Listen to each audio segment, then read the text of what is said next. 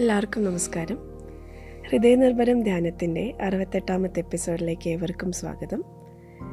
ഇന്ന് നമ്മളോടൊപ്പം ഉള്ളത് ഈ സെഷൻ എടുക്കാനായിട്ട് കേരളത്തിൻ്റെ റീജിയണൽ ഫെസിലിറ്റേറ്ററായ KU മോഹൻ അങ്കിളാണ്. നമസ്കാരം അങ്കിൾ. നമസ്തേ ഡോക്ടർ രാജ. സോ ഇന്നത്തെ സെഷൻ സ്റ്റാർട്ട് ചെയ്യുന്നതിന് മുമ്പ് നമുക്ക് നമ്മുടെ ഹാർട്ടിലോട്ട് കണക്ട് ചെയ്ത് ഒന്ന് സെൻറ്റർ ചെയ്തുകൊണ്ട് സ്റ്റാർട്ട് ചെയ്യാം. ഓക്കെ.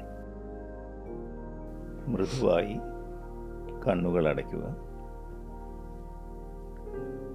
നമ്മുടെ ഹൃദയത്തിലുള്ള ദിവ്യ സാന്നിധ്യവുമായി സ്നേഹപൂർവം നമുക്ക് കണക്റ്റ് ചെയ്യാം.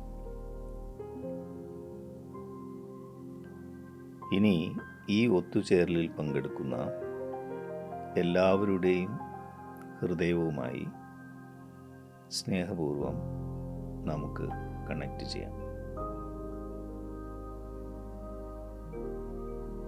പരസ്പരം കണക്റ്റ് ചെയ്തിരിക്കുന്ന ഹൃദയനിർഭരമായ ഈ അവസ്ഥയിൽ നമുക്ക് ഒരു പ്രാർത്ഥന ചെയ്യാം.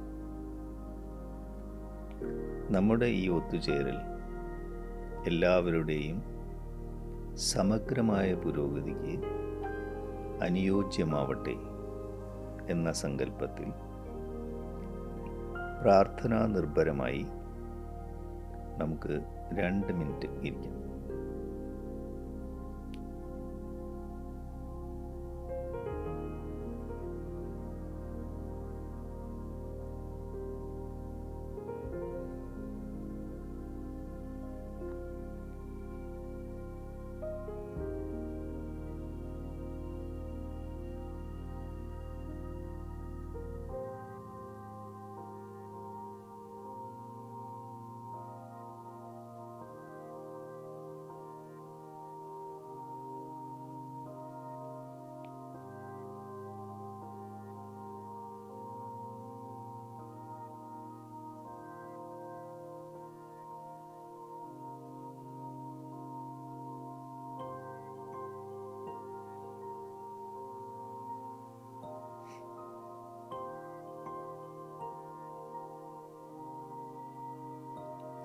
ഓക്കെ.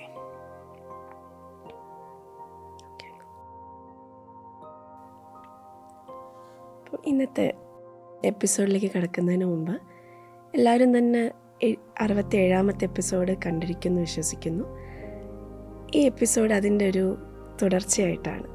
അതായത് the heart of Lord Ram reflected in Yoga Vasishtha എന്നുള്ളൊരു പുസ്തകത്തിനെ കുറിച്ചുള്ള ഒരു ചർച്ചയാണ് ഇന്ന് നമ്മൾ കണ്ടിന്യൂ ചെയ്യുന്നത്. അപ്പോൾ ലാസ്റ്റ് എപ്പിസോഡിൽ നമ്മൾ പറയുകയുണ്ടായി, ഈ പുസ്തകം എല്ലാവർക്കും വേണ്ടിയിട്ടുള്ളതാണ് ദാജി എഴുതിയിരിക്കുന്നതെങ്കിലും മെയിനായിട്ട് യൂത്തിനെ കണക്ട് ചെയ്തിട്ടാണ് ദാജി ഇതിനെക്കുറിച്ച് സംസാരിക്കുന്നതും അതിൻ്റെ ഇമ്പോർട്ടൻസ് എന്താണെന്നുള്ളതിനെക്കുറിച്ചും അങ്കിൾ കഴിഞ്ഞ എപ്പിസോഡിൽ ഡിസ്കസ് ചെയ്യുന്നുണ്ടായി. അപ്പോൾ കഴിഞ്ഞ എപ്പിസോഡ് ആരെങ്കിലും കാണാൻ ബാക്കിയുണ്ടെങ്കിൽ റിക്വസ്റ്റ് ഒന്നും കൂടെ ആ എപ്പിസോഡും കൂടെ ഇത് കഴിഞ്ഞിട്ട് കാണാം. അപ്പോൾ ഇതിൻ്റെ ഒരു ലിങ്ക് നമുക്ക് കണക്ട് ചെയ്യാൻ പറ്റും. എങ്കിൽ വളരെ മനോഹരമായിട്ട് ഗൃഹസ്ഥാശ്രമത്തിനെ കുറിച്ച് കഴിഞ്ഞ എപ്പിസോഡിൽ മെൻഷൻ ചെയ്യുണ്ടായി. ഇപ്പം തന്നെ നമ്മൾ ഒരുപാട് യൂത്തായിട്ട് ഇൻട്രാക്ട് ചെയ്യുമ്പോഴും പുറത്ത് നമ്മൾ പോകുമ്പോഴും എല്ലാവരും തന്നെ ആ ഗൃഹസ്ഥാശ്രമം എന്ന് പറഞ്ഞു കഴിഞ്ഞാൽ എന്താണ്, ഒരു ഫാമിലി ലൈഫ് ഏറ്റെടുത്ത് ജീവിതം മുമ്പോട്ട് നയിക്കുക. ഇതൊരു വളരെ വലിയൊരു ബാധ്യതയായിട്ടാണ് ഇന്നത്തെ യൂത്ത് കൺസിഡർ ചെയ്യുന്നത്. അതുപോലെ തന്നെ ആ ഒരു റെസ്പോൺസിബിലിറ്റി ഏറ്റെടുക്കാനായിട്ടുള്ളൊരു മടിയും എല്ലാവർക്കും ഉണ്ട്. അതുകൊണ്ട് തന്നെ മാരേജസ് ഡിലേ ചെയ്യുക എന്നുള്ളത് ഇപ്പോഴത്തെ ഒരു യൂത്തിനെ സംബന്ധിച്ചിടത്തോളം അത് വളരെ കോമൺ ആയിട്ടുള്ളൊരു കാര്യമാണെന്ന് തോന്നുന്നു. അപ്പം ഈ പുസ്തകത്തിലൂടെ ദാജി എങ്ങനെയാണ് ഈ ഒരു ജനറേഷൻ, ഇപ്പം ഇങ്ങനൊരു മൈൻഡ് സെറ്റുള്ള ജനറേഷനെ ഗൈഡ് ചെയ്യുന്നത്, അതുപോലെ തന്നെ എങ്ങനെയാണ് ശരിയായ ഒരു ലൈഫ് പാർട്ട്ണർ, റൈറ്റ് ലൈഫ് പാർട്ട്ണറിനെ സെലക്ട് ചെയ്യാൻ സാധിക്കുന്നത്, ഒരു ബേണിംഗ് ക്വസ്റ്റ്യൻ, ഒരു ചോദ്യമായിട്ടാണ് ഇന്നത്തെ യൂത്തിന് എല്ലാവർക്കും ഉള്ളത്. അപ്പോൾ ഇതിനെക്കുറിച്ച് അങ്കിളൊന്ന് പറയാം. വെൽ, ഇത് യൂത്തിനോട് ബന്ധപ്പെട്ട കംപ്ലീറ്റ് ക്വസ്റ്റ്യനാണ് ഇത്. യോഗ വാസിഷ്ഠം നമ്മൾ പറഞ്ഞു, ശ്രീരാമനും വസിഷ്ഠ മഹർഷിയും തമ്മിലുള്ള ഗുരുശിഷ്യ സംവാദ രൂപത്തിലാണ് എഴുതിയിട്ടുള്ളതെന്ന് പറഞ്ഞു. 22 ദിവസമാണത് ഈ സംവാദം. ഇപ്പോൾ 22 ദിവസത്തെ ഒരു ട്രാൻസ്മിഷനാണെന്ന് പറയാം. അതിനുശേഷം എന്ത് സംഭവിക്കുന്നു എന്നുള്ളതിന് വളരെയധികം റെലവൻസ് ഉണ്ട്. അതായത് ശ്രീരാമൻ ജീവിതത്തിലെ അടിസ്ഥാനമായിട്ടുള്ള ചോദ്യങ്ങളെക്കുറിച്ച് ചോദിക്കുന്നു. അതിന് മുമ്പ് അദ്ദേഹം വിഷാദത്തിലായിരുന്നു. എല്ലാം ഒരു സ്വപ്നം പോലെ തോന്നുന്നു എന്നാണ് അദ്ദേഹം പറയുന്നത്. അപ്പോൾ വിഷാദം എന്ന് പറയുമ്പോൾ എന്താണ്? കർമ്മത്തിൽ നിന്ന് പിന്മാറുക.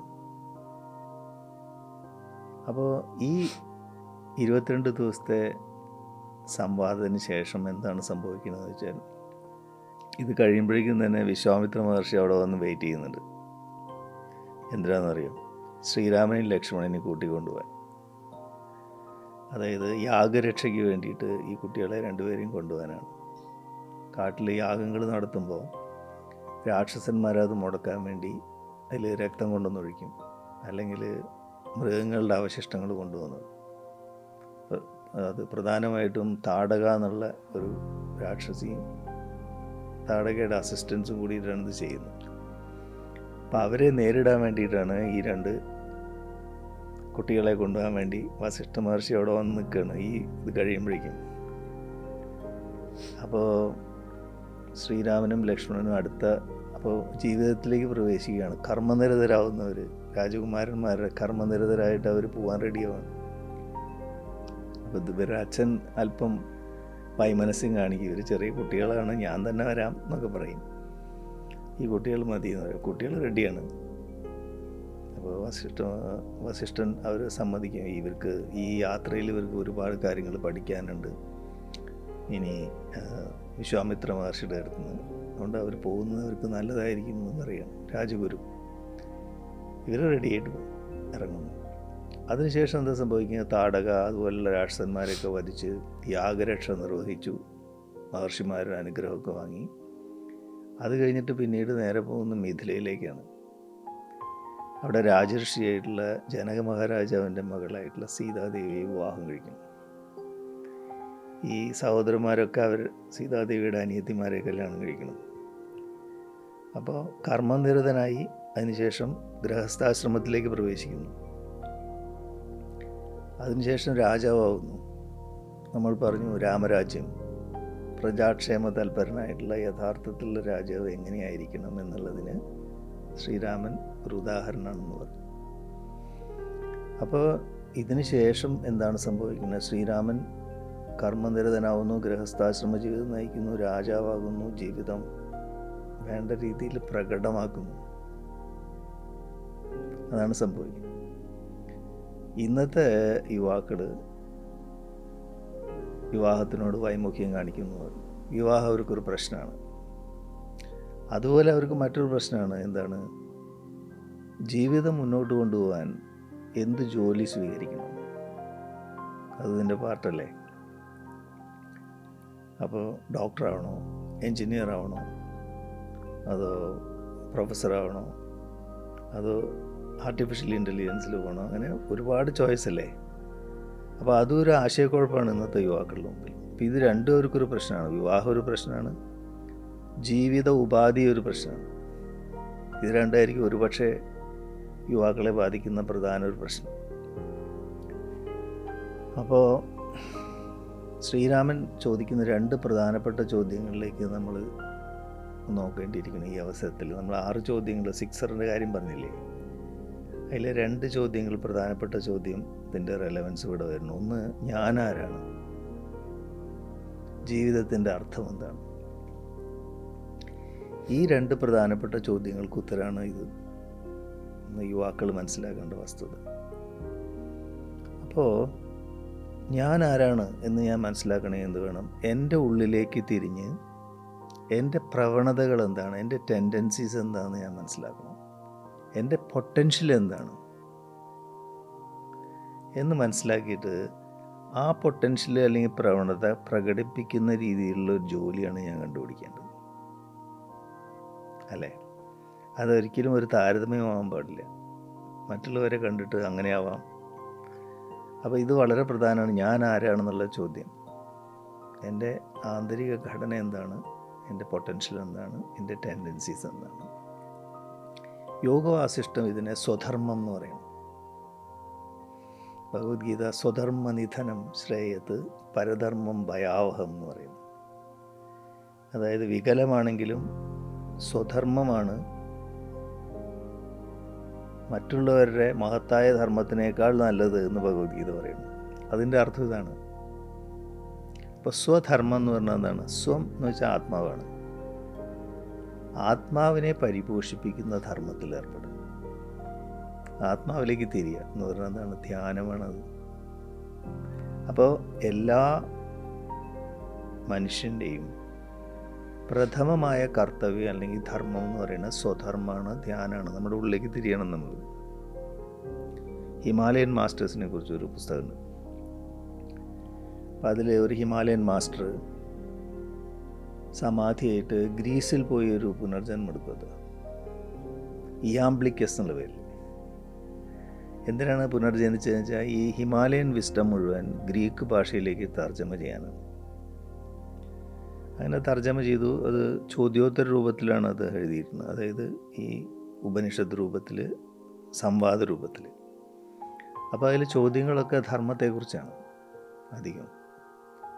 അവസാനത്തെ ചോദ്യം പലതരത്തിലുള്ള ധർമ്മശാസ്ത്രങ്ങളെക്കുറിച്ച് പറഞ്ഞു. പരമമായ ധർമ്മം എന്താണ്? അപ്പോൾ അതിന് മറുപടി അഹിംസ ഏവ എന്നാണ്. അഹിംസയാണ് പരമമായ ധർമ്മം എന്ന് പറയുന്നത്. നമ്മൾ ഭാരതത്തിൽ സാധാരണ കേൾക്കണമല്ല അഹിംസ എന്നുള്ളത്. അഹിംസ എന്ന് പറഞ്ഞാൽ എന്താണ്? ഹിംസ എന്ന് പറഞ്ഞാൽ നമ്മൾ സാധാരണ കൊല്ലുക എന്നുള്ള അർത്ഥത്തിലാണ് പറയുക. ഹിംസ വെച്ചാൽ ഇടപെടൽ എന്നാണ് അർത്ഥം. അഹിംസ വെച്ചാൽ ഇടപെടാതിരിക്കുക, നോൺ ഇൻ്റർഫിയറൻസ്. അതായത് മറ്റു ജീവികളുടെ ജീവിതത്തിൽ നമ്മൾ ഇടപെടാണ്ടിരിക്കുക. അതാണ് നമ്മൾ കൊല്ലുക എന്നുള്ള അർത്ഥത്തിൽ പറയുന്നത്. പക്ഷെ അതിൻ്റെ യഥാർത്ഥ മീനിങ് എന്താണെന്ന് വെച്ചാൽ നമ്മുടെ മനസ്സ് ഇന്ദ്രിയങ്ങളിൽ ഇടപെടാതിരിക്കുകയാണ്.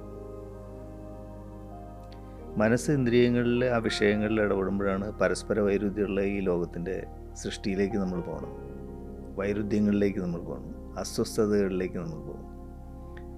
അപ്പം മനസ്സിനെ ഇന്ദ്രിയങ്ങളിൽ നിന്ന് പിൻവലിച്ച് മനസ്സിൻ്റെ കേന്ദ്രമായ ഹൃദയത്തിൽ ഉറപ്പിക്കുന്നതിനെയാണ് അഹിംസ എന്ന് പറയുന്നത്.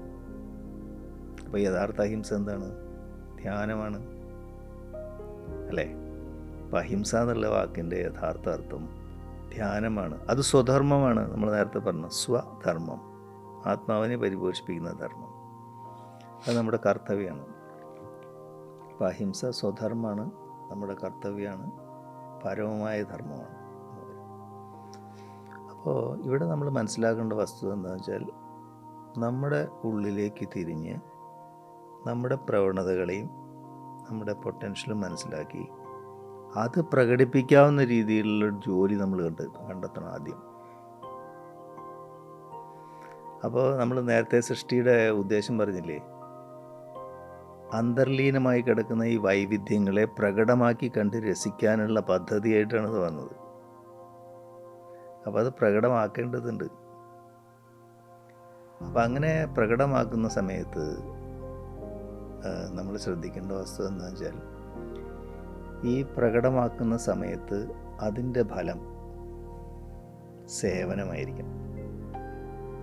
അതായത് നമ്മൾ ചെയ്യുന്ന ജോലിയുടെ പ്രധാനപ്പെട്ട ഫലം സേവനമായിരിക്കും. അതുകൊണ്ടാണ് എല്ലാ ജോലിയോടും കണക്ട് ചെയ്തിട്ട് സർവീസ് എന്നുള്ള വാക്കുണ്ടാവില്ലേ. ഇപ്പം എന്താ ജോലി എന്ന് വെച്ചാൽ government service, private service, medical service എന്ന് പറയില്ലേ, ബസ് സർവീസ്, എല്ലാം സേവനമല്ലേ. അപ്പോൾ ഈ സേവനം എന്നുള്ള വാക്ക് ഉണ്ടാവാൻ കാരണം എന്താ വെച്ചാൽ സംസ്കാരങ്ങളുടെ പ്രകടനമാണ് ജീവിതം. അപ്പോൾ ഈ സംസ്കാരങ്ങളുടെ പ്രകടനത്തിലൂടെ അത് നമ്മളെ വിട്ടുപോകണം. അതുകൊണ്ടാണ് ഭഗവത്ഗീതയിൽ പറയുന്നത് കർമ്മണ്യേവാധികാരസ്തി മാ ഫലേഷു കദാചന. കർമ്മം ചെയ്യാൻ മാത്രമേ നിനക്ക് അധികാരമുള്ളൂ അർജുന, കർമ്മഫലത്തിൽ നിനക്ക് അധികാരമില്ല എന്ന് പറയും. അത് ഈ അർത്ഥത്തിലാണ്. അതായത് കർമ്മത്തിൻ്റെ ഫലത്തിലാണ് നമ്മുടെ ആസക്തിയെങ്കിൽ അത് വീണ്ടും നമ്മളുടെ ഉള്ളിൽ കർമ്മഫലങ്ങൾ മുദ്രകൾ ഉണ്ടാക്കും. അങ്ങനെയാണ് ജീവിതം റിപ്പീറ്റ് ചെയ്യണത്. അപ്പോൾ നമ്മൾ കർമ്മം ചെയ്യേണ്ടതുണ്ട്. ആ കർമ്മത്തിൻ്റെ ഫലത്തിൽ നമ്മൾ ആഗ്രഹം വയ്ക്കുന്നില്ല വെച്ചാൽ എന്താർത്ഥം, അത് നമ്മൾ സേവനമാക്കിയാൽ മതി, മറ്റുള്ളവർക്കാണത്. അതുകൊണ്ടാണ് ഇന്നും എല്ലാ ഇന്ത്യൻ അഡ്മിനിസ്ട്രേറ്റീവ് സർവീസ് എല്ലാം സർവീസാണ്. അപ്പോൾ ആ സേവനത്തിൻ്റെ ഒരു ഭാവം നമുക്ക് എല്ലാ ജോലിയിലും ഉണ്ടായിരിക്കണം എന്നർത്ഥം. ഹെർമൻ ഹെസെ കേട്ടിട്ടില്ലേ? സിദ്ധാർത്ഥ് എന്നുള്ള ബുക്ക് എഴുതിയിട്ടുള്ള ആൾ. അത് കുറച്ച് കാലങ്ങൾക്ക് മുമ്പൊക്കെ കോളേജിൽ ക്യാമ്പസുകളിലൊക്കെ ഹരമായിട്ടുള്ളൊരു പുസ്തകമായിരുന്നു അത്. ഹെർമൻ ഹെസെ, അദ്ദേഹം ജർമ്മനാണ്. ഈ സാഹിത്യത്തിന് നോബൽ പ്രൈസ് കിട്ടിയിട്ടുള്ള ആൾ. സിദ്ധാർത്ഥ വളരെ ഫേമസ് ആയിട്ടുള്ള ബുക്ക്. അദ്ദേഹത്തിൻ്റെ മറ്റൊരു ബുക്കുണ്ട്, ജേർണി ടു ദ ഈസ്റ്റ് എന്ന് പറഞ്ഞിട്ട്. അത് എങ്ങനെ വെച്ചാൽ ഒരു ഗ്രൂപ്പ് ആൾക്കാർ ജീവിതത്തിൻ്റെ അർത്ഥം അന്വേഷിച്ചിട്ട് ഈസ്റ്റിലേക്ക് പോവുക. ഈസ്റ്റ് എന്നുള്ളതുകൊണ്ട് ഉദ്ദേശിക്കുന്നത് എന്തായിരിക്കും? ഭാരതമായിരിക്കും. അപ്പോൾ ഈസ്റ്റിലേക്ക് ഒരു ഗ്രൂപ്പ് ആൾക്കാർ പോവുക ജീവിതത്തിൻ്റെ അർത്ഥം അന്വേഷിച്ച്. അപ്പോൾ അതിൽ ഒരു സെർവൻ്റ് ഉണ്ട്, ലിയോ എന്ന് പറഞ്ഞിട്ട്. അപ്പോൾ ഈ സെർവൻ്റ് ആണെങ്കിലും അദ്ദേഹമാണ് ഈ ഗ്രൂപ്പിനെ മുഴുവൻ കണക്ട് ചെയ്ത് കൊണ്ടുവരുന്നത്. അപ്പോൾ കഥയിൽ നോവലിൽ എന്താ സംഭവിക്കുന്നത്? ഇടയ്ക്ക് വെച്ച് ലിയോ അപ്രത്യക്ഷനാവും. സെർവൻ്റ് അപ്രത്യക്ഷനാവുന്നതോട് കൂടിയിട്ട് ഈ ഗ്രൂപ്പ് ആകെ ബ്രേക്കായി, ഡിസിൻറ്റഗ്രേറ്റഡായി. അതാണ് സംഭവിക്കുന്നത്. ഗ്രൂപ്പ് ആകെ തകർന്നു പോയി. പിന്നീടാണ് നോവലിൻ്റെ ബാക്കി ഭാഗത്തിൽ പറയണത്, ഇദ്ദേഹം സർവീസാണ് ചെയ്തുകൊണ്ടിരിക്കുന്നത്, സെർവൻ്റ് അല്ലേ. ലൈഫ് മാനേജ്മെൻറ്റ് ബൈ സർവീസ് ആണ് നെക്സ്റ്റ് പാർട്ട് ഓഫ് നോവൽ. ഈ നോവൽ മുഴുവൻ എഴുതിയിരിക്കുന്നത് ജീവിതത്തിൻ്റെ വൈദഗ്ധ്യം നമ്മൾ നേടേണ്ടത്, ജീവിതത്തിൻ്റെ മാനേജ്മെൻ്റ് എന്ന് പറയുന്നത് എന്താണ്? സേവനത്തിലാണെന്ന്. അപ്പോൾ നമ്മൾ നമ്മുടെ ആന്തരികമായ പ്രവണതകളും അതുപോലെ നമ്മുടെ പൊട്ടൻഷ്യലും മനസ്സിലാക്കി നമ്മൾ ജോലിയിൽ പ്രവേശിക്കണം. അപ്പോൾ ആ ജോലി നമുക്ക് സംതൃപ്തി തരും. അത് മറ്റുള്ളവർക്കുള്ള സേവനമായിരിക്കണം. നേരെ മറിച്ച് ആ ജോലിയോടനുബന്ധിച്ചുള്ള സുഖ സൗകര്യങ്ങളാണ് നമ്മൾ കാണണമെന്ന് വിചാരിക്കുക. നമ്മൾ അടുത്ത വീട്ടിലുള്ള ആൾ ഒരു പ്രത്യേക ജോലി ചെയ്യുന്നു, ഒരു ഡോക്ടറാണ്, എനിക്ക് ഡോക്ടറാവണോ, എനിക്ക് ഡോക്ടറാവാനുള്ള ടെൻഡൻസി ഉണ്ടോയെന്ന് എനിക്കറിയില്ല. അപ്പോൾ എന്ത് ചെയ്യും? അപ്പോൾ അത്തരം ജോലി ചെന്നുപെട്ടാൽ അവിടെ നമ്മൾ അഴിമതി ചെയ്യാൻ തുടങ്ങും. അതുകൊണ്ടാണ് പരധർമ്മം ഭയാവഹം എന്ന് ഭഗവത്ഗീത പറയുന്നത്. പൊളിറ്റീഷ്യൻസ് അഴിമതിക്കാരാവാൻ കാരണം, പൊളിറ്റീഷ്യൻ എന്ന് പറഞ്ഞാൽ മഹാത്മാഗാന്ധി പോലെ ആയിരിക്കണം, അല്ലെങ്കിൽ ശ്രീരാമനെ പോലെ ആയിരിക്കണം. സർവീസാണത്. പക്ഷേ അതിനോടനുബന്ധിച്ച് സുഖ സൗകര്യങ്ങളാണ് അവർ ശ്രദ്ധിക്കുന്നത്. അവർക്ക് അതിനുള്ള പ്രവണതകളില്ല, പൊട്ടൻഷ്യലില്ല. അപ്പോൾ അവർ എത്തിപ്പെടുന്ന ആ ഏരിയ മുഴുവൻ, ആ മേഖല മുഴുവൻ കറപ്റ്റാവും, അഴിമതിയും. അത് യുവാക്കൾക്കും സംഭവിക്കാൻ സാധ്യതയുണ്ട്. അപ്പോൾ നമ്മുടെ പ്രവണതകൾ മനസ്സിലാക്കി, പൊട്ടൻഷ്യൽ മനസ്സിലാക്കി, അത് പ്രകടിപ്പിക്കാവുന്നൊരു ജോലി നമ്മൾ കണ്ടെത്തുന്ന സമയത്ത് നമുക്ക് സംതൃപ്തി വരും. അത് സേവനമാണെങ്കിൽ അതിലൂടെ ഈ സംസ്കാരങ്ങൾ നമ്മളെ വിട്ടുപോവുകയും ചെയ്യും. നമ്മൾ ഫ്രീ ആവും. ആ ജീവിതത്തിൻ്റെ അവസാനം നമ്മൾ കംപ്ലീറ്റ് ആയിട്ടും സ്വതന്ത്രരാകും. ഇനി ഗൃഹസ്ഥാശ്രമ ജീവിതം എന്ന് പറയുന്നതും സേവനത്തിനുള്ള ഒരു മേഖലയാണ്. ഈ യോഗവാസിഷ്ഠത്തിൻ്റെ ഒരു ഭാഗത്തിൽ ഒരു ചോദ്യത്തിന് മറുപടിയായിട്ട് വസിഷ്ഠൻ പറയുന്നുണ്ട്, നമ്മൾ വ്യത്യസ്തമായിട്ടുള്ള റോളുകൾ ജീവിതത്തിൽ പ്ലേ ചെയ്യണമെന്ന് പറഞ്ഞില്ലേ. ഒരു അഭിനേതാവ് വ്യത്യസ്ത റോളുകൾ അഭിനയിക്കുന്ന പോലെയാണ്. അപ്പം അതിൽ പറയണപ്പോൾ ഒരു വൈഫിൻ്റെ ബ്രദറിൻലോ, അപ്പോൾ ബ്രദറിൻലോനെ അളിയൻ എന്നല്ലേ പറയാം. ഭർത്താവിന് വലിയ താല്പര്യമില്ല, അപ്പോൾ കാര്യമായിട്ട് ഇദ്ദേഹത്തിനെ പരിഗണിക്കാറില്ല എന്ന് വിചാരിക്കുക. യോഗവാസിഷ്ഠത്തിന് പറഞ്ഞാൽ അടുത്ത ജന്മത്തിൽ ഇദ്ദേഹം മകനായിട്ട് പുനർജനിക്കുന്നു. അതായത് ഈ ഓരോ റോളും നമ്മൾ പ്ലേ ചെയ്യുന്നതിൽ ആ റോളിന് അവർക്ക് വേണ്ട സ്നേഹവും സേവനവും നമ്മൾ കൊടുത്തില്ലെങ്കിൽ അത് കിട്ടാൻ വേണ്ടി വീണ്ടും വരുന്നു. അതുകൊണ്ടാണ് നാട്ടിൻപുറത്തൊക്കെ പറയും പൂർവ്വജന്മത്തിലെ ശത്രുക്കളാണ് നമ്മുടെ മക്കളായിട്ട് ജനിക്കുന്നത്. കാരണം ആ പൂർവ്വജന്മത്തിൽ അവർക്ക് നമ്മൾ കൊടുക്കേണ്ട സ്നേഹവും സേവനവും കൊടുക്കാത്തതുകൊണ്ട് അത് പിടിച്ചു വാങ്ങാൻ വേണ്ടി സ്വന്തം മക്കളായിട്ട് വന്നിരിക്കുകയാണ്. അപ്പോൾ നമുക്ക് കർമ്മങ്ങൾ ഇങ്ങനെ ബന്ധനത്തിലേക്ക് പോകുന്നു. അപ്പോൾ ആ അർത്ഥത്തിൽ നോക്കുമ്പോൾ ഗൃഹസ്ഥാശ്രമ ജീവിതവും ഓരോ റിലേഷൻഷിപ്പിലും ബന്ധങ്ങളിലും നമുക്ക് പലതരത്തിലുള്ള റോൾ പ്ലേ ചെയ്യുമ്പോൾ ആ ഓരോ റോളിലും നമ്മൾ ആ വ്യക്തികൾക്ക് വേണ്ട സ്നേഹവും സേവനവും കൊടുക്കണം. അതുകൂടി ആ റോളിൽ നിന്ന് നമ്മൾ ഫ്രീ ആയി. അപ്പോൾ ഇതുപോലെ തന്നെയാണ് പാർട്ട്ണറെ സ്വീകരിക്കേണ്ടതും നമ്മളെങ്ങനെ ഒരു യോജിച്ച പങ്കാളിയെ കണ്ടെത്തണമെന്ന് പറഞ്ഞില്ലേ, ഈ ബാക്ക്ഗ്രൗണ്ട് വെച്ചിട്ട് നമ്മൾ ആലോചിച്ച് നോക്കൂ. നമ്മുടെ പ്രവണതകൾ എന്താണെന്ന് നമ്മൾ മനസ്സിലാക്കണം. എൻ്റെ പൊട്ടൻഷ്യൽ എന്താണെന്ന് ഞാൻ അറിയണം. എന്നിട്ടാണ് ഞാൻ ഒരു പാർട്ട്ണറെ കണ്ടുപിടിക്കേണ്ടത്. ഇപ്പോൾ ദാജി അതിന് AAA ഫോർമുല പറയുന്നുണ്ട്. അതാണ് ഏറ്റവും പെർഫെക്റ്റ് ആയിട്ടുള്ള യൂത്തിന് ഫോളോ ചെയ്യാവുന്ന ഫോർമുല. AAA എന്ന് കേട്ട് കഴിഞ്ഞാൽ പെട്ടെന്ന് സ്ട്രൈക്ക് ചെയ്യും. അത് ഈ ഫൈനാൻസ് കമ്പനികളിലൊക്കെ ഉണ്ടാവും AAA റേറ്റിംഗ്. ആദ്യത്തെ എന്താണ്? Attraction, admiration, അഡോറേഷനാണ്. ബേസിക് ആയിട്ടുള്ള ഒരു ആകർഷണമാണ് വ്യക്തികൾ തമ്മിൽ. അതാണ് തുടക്കം. അത് ഫസ്റ്റ് സ്റ്റെപ്പ് ആവുന്നുള്ളൂ, അവിടെ അവസാനിക്കുന്നില്ല. അത് ഓക്കെ ആണെങ്കിൽ അടുത്ത സ്റ്റെപ്പ് അഡ്മിറേഷനാണ്. അതായത് നമ്മൾ ഈ പാർട്ട്ണറാക്കാൻ ഉദ്ദേശിക്കുന്ന ആളെ നമ്മൾ ബഹുമാനിക്കുന്നുണ്ടോ, സ്നേഹിക്കുന്നുണ്ടോ, അതറിയണ ആ വ്യക്തിയുടെ ആക്ടിവിറ്റീസ് നമ്മൾ അറിയണം. കുടുംബത്തിൽ അദ്ദേഹം എങ്ങനെ പെരുമാറുന്നു, ജോലി സ്ഥലത്ത് എങ്ങനെ പെരുമാറുന്നു, ഫ്രണ്ട് സർക്കിളിൽ എങ്ങനെ പെരുമാറുന്നു, അതൊക്കെ നമുക്ക് ബഹുമാനവും സ്നേഹവും തോന്നുന്ന രീതിയിലാണോ എന്ന് നമുക്ക് തോന്നുന്നു. നമുക്ക് അഡ്മയർ ചെയ്യാൻ പറ്റണമാണോ നമ്മുടെ പാർട്ട്ണറെ. അതാണ് രണ്ടാമത്തെ സ്റ്റെപ്പ്. അപ്പോൾ ആദ്യത്തെ സ്റ്റെപ്പ് ഓക്കെ ആണെങ്കിൽ രണ്ടാമത്തെ സ്റ്റെപ്പിലേക്ക് കിടക്കാം. രണ്ടാമത്തെ സ്റ്റെപ്പ് ഓക്കെ ആണെങ്കിൽ മൂന്നാമത്തെ സ്റ്റെപ്പ് ഉണ്ട് അഡോറേഷൻ. അത് ഇതിനേക്കാട്ടിലും ആഴത്തിലാണ്. അതായത് ഈ വ്യക്തി നമ്മളെ ബഹുമാനിക്കുന്നുണ്ടോ, സ്നേഹിക്കുന്നുണ്ടോ. അപ്പോൾ നമ്മളുടെ ആക്ടിവിറ്റീസ് എന്താണെന്ന് നോക്കണം. ആ വ്യക്തിക്ക് നമ്മളോട് സ്നേഹവും ബഹുമാനവും തോന്നുന്ന രീതിയിലാണോ ഞാൻ. അതായത് എനിക്ക് ഒരാളെ ഇഷ്ടമാണ്, ആ ആൾക്ക് എന്നെ ഇഷ്ടപ്പെടുമെന്ന് നമ്മൾ നോക്കണ്ടേ. അല്ലെങ്കിൽ എനിക്ക് ഇദ്ദേഹം യോജിച്ചതാണെന്ന് പറഞ്ഞാൽ ആ വ്യക്തിക്ക് ഞാൻ യോജിച്ചതാണോ എന്നറിയണം. ഇപ്പോൾ നമ്മളൊരു ബിസിനസ് പാർട്ട്ണർ എടുക്കുക നിൽക്കുക. അപ്പോൾ എനിക്ക് ബിസിനസ്സിലുള്ള അറിവും അറിവില്ലായ്മയും എനിക്കറിയാം, എൻ്റെ പ്രവണതകളെ. അത് വെച്ചുകൊണ്ട് എന്നെപ്പോലുള്ള ഒരാളെ ഞാൻ എൻ്റെ പാർട്ട്ണറാക്കുമെന്ന് ആലോചിക്കുന്നു. ഞാനാണെങ്കിൽ ആക്കില്ല. കാരണം എനിക്ക് ഇതിലുള്ള വൈദഗ്ധ്യമില്ലായ്മയെക്കുറിച്ച് നല്ല ബോധ്യമുള്ളതുകൊണ്ട് ഈ പാർട്ട്ണർഷിപ്പ് പരാജയത്തിലാണ് പോകുകയെന്ന് നമുക്കറിയാം. അത് ഇവിടെ അപ്ലിക്കബിളാണ്. അപ്പോൾ ഈ എല്ലാ മേഖലകളിലും AAA ഫോർമുല ഒന്നിലേക്ക് പ്രോഗ്രസ് ചെയ്യുന്ന രീതിയിലാണത്. ഏതെങ്കിലും ഒന്നല്ല, എല്ലാം മാച്ച് ചെയ്യണം. അപ്പം അങ്ങനെ വരുമ്പോൾ ഇതിൻ്റെ എല്ലാ അടിസ്ഥാനപരമായിട്ടുള്ള ആശയം എന്താണ്? ബോധത്തിൻ്റെ കേന്ദ്രീകരണമാണ്. അപ്പോഴല്ലേ അത് സാധിക്കുള്ളൂ. ബോധത്തിൻ്റെ കേന്ദ്രീകരണമാണ് അഹിംസ അല്ലെങ്കിൽ സ്വധർമ്മം, നമ്മുടെ ഡ്യൂട്ടി എന്ന് പറയുന്നത്. നമ്മുടെ പൊട്ടൻഷ്യൽ മനസ്സിലാക്കുന്നു, നമ്മുടെ പ്രവണത മനസ്സിലാക്കുന്നു. അപ്പോൾ ആദ്യത്തെ സ്റ്റെപ്പ് എന്താണ്? ബോധത്തെ ഹൃദയത്തിൽ ഉറപ്പിക്കുക എന്നുള്ളതാണ്. എന്ന് വെച്ചാൽ ധ്യാനം. അതുകൊണ്ട് ആണ് യോഗവാസിഷ്ടം പ്രധാനമായിട്ടുള്ള ചർച്ച മുഴുവൻ ബോധത്തിൻ്റെ വ്യത്യസ്ത തലങ്ങളെക്കുറിച്ചാണ് യോഗവാസിഷ്ടത്തിൽ ചർച്ച ചെയ്യുന്നത്. അതുപോലെ ബോധത്തിനെ കേന്ദ്രീകരിക്കേണ്ട ആവശ്യകതയെക്കുറിച്ചാണ് യഥാർത്ഥത്തിൽ ഈ പുസ്തകത്തിൻ്റെ മുഴുവൻ ഉള്ളടക്കം.